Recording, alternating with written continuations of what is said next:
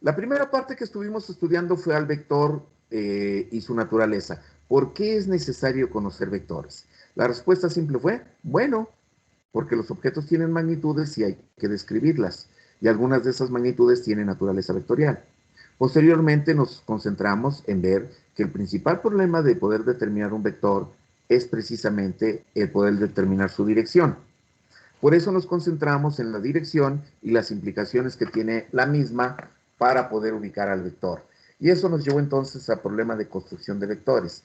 ¿Cómo me doy cuenta si un vector está correctamente construido? ¿Cómo? A través de sus componentes, a través de sus ángulos, a través de la norma, y vimos cómo nos podemos encontrar con diferentes inconsistencias cuando hacemos la toma de datos.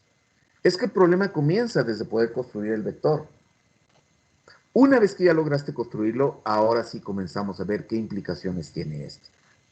Tomamos un primer ejercicio para pensar en qué ocurría cuando tú con una cuerda cuelgas un bote. En fin, chequen.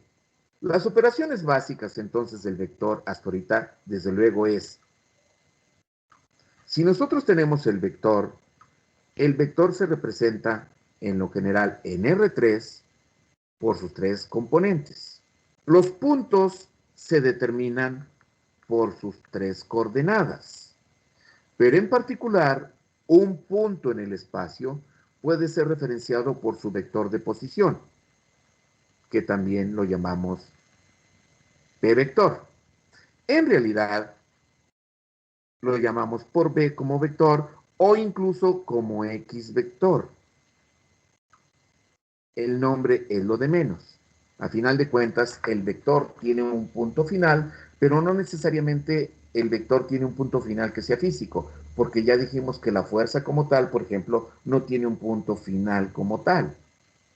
Por eso es muy importante diferenciar entre los objetos generales que son vectores, como la velocidad, la fuerza, etcétera, y las posiciones de los cuerpos, que también es un objeto vectorial. Eso nos llevó entonces a estudiar las tres condiciones que definen la dirección del vector, que fueron alfa, beta y gamma, que más bien nos llevaron a una función diferente, el hecho de encontrar los cosenos directores. Alfa, beta y gamma como cosenos nos dieron resultado al vector de dirección. El vector de dirección que tiene como cualidad ser unitario.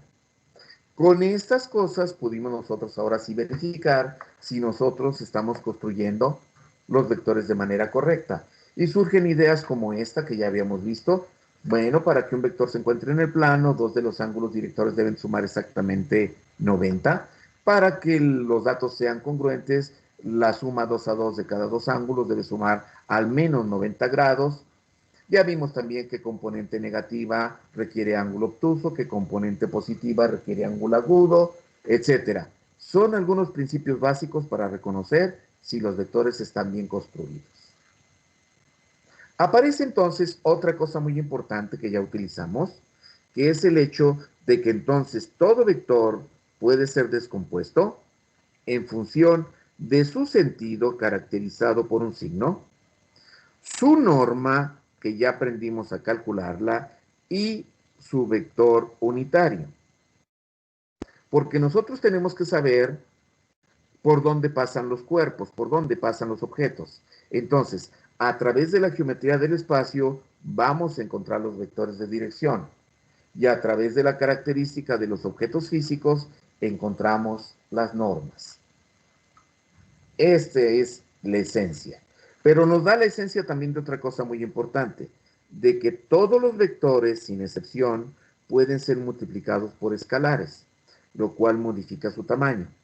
Por lo tanto, un vector que multiplique a un vector dado a través de sus componentes, el escalar multiplica a cada una de sus componentes. Y esto nos permite que si K es mayor que 1, hacerlo crecer. Si K es menor que 1, hacerlo chiquito. Si K es igual a 0, desaparecerlo. Si K es negativa, invertirlo.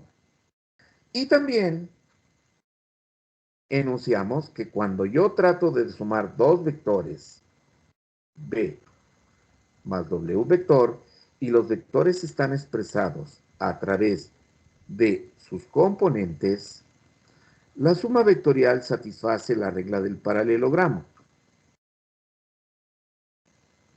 En cuanto a la geometría, pero algebraicamente, simple y sencillamente corresponde con la suma de las componentes correspondientes, expresado matemáticamente así.